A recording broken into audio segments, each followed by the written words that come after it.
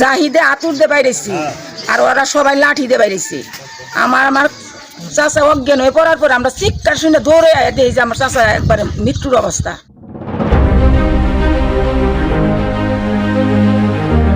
মানুষ এতটা নিষ্ঠুরতা হয় কেমনে?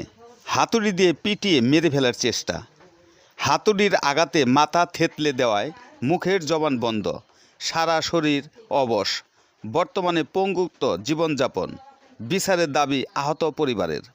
আলহাজের ছেলে জাহিদ, আলহাজের ভাই আলিম পূর্ব পরিকল্পিতভাবে আমার বাবাকে হত্যার উদ্দেশ্যে দেশীয় অস্ত্র হাতুড়ি নিয়ে আমার বাড়ির সামনে এসে আমার বাবাকে একা পেয়ে হাতুড়ি দিয়ে আলহাজের ছেলে জাহিদ আঘাত করে মাথায় আঘাত করলে আমার বাবা মাটিতে পড়ে যায় এবং আশেপাশের লোকজন চাপ দিলে তারা দৌড়ে পালিয়ে যায়। বিচার চাই এবং কি এরকম ঘটনা যাতে আমাদের এই গ্রামে বা ইউনিয়নে কখনো না ঘটে, এরকম ন্যাক্কারজনক ঘটনা।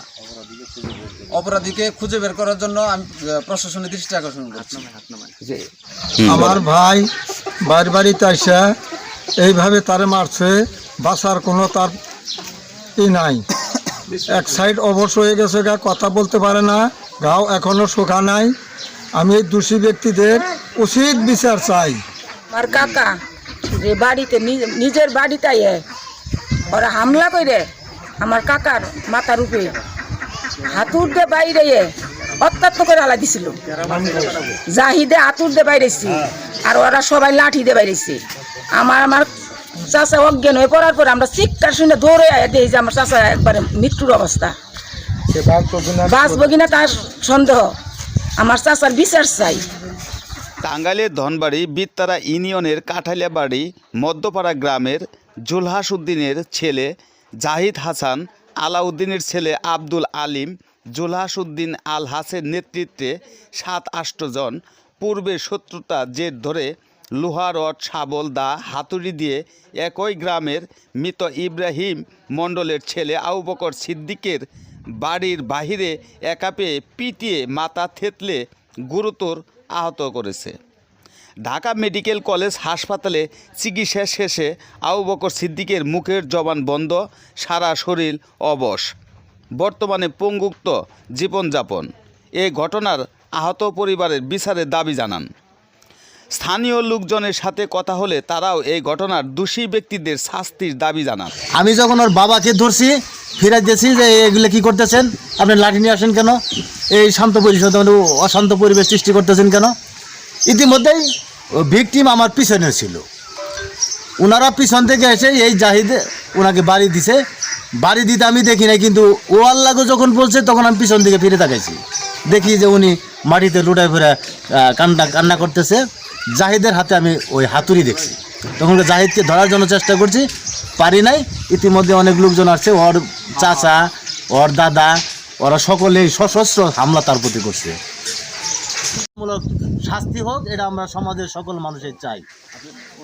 এই ধরনের একটা ঘটনা যেন না ঘটে এবং একটা থেকে যদি সবগুলো এই হয়ে যায়, ভালো হয়ে যায়।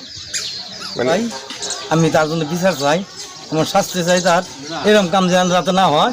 এই লোকের এমন শাস্তি চাই, হিবি শাস্তি চাই আইনগতভাবে।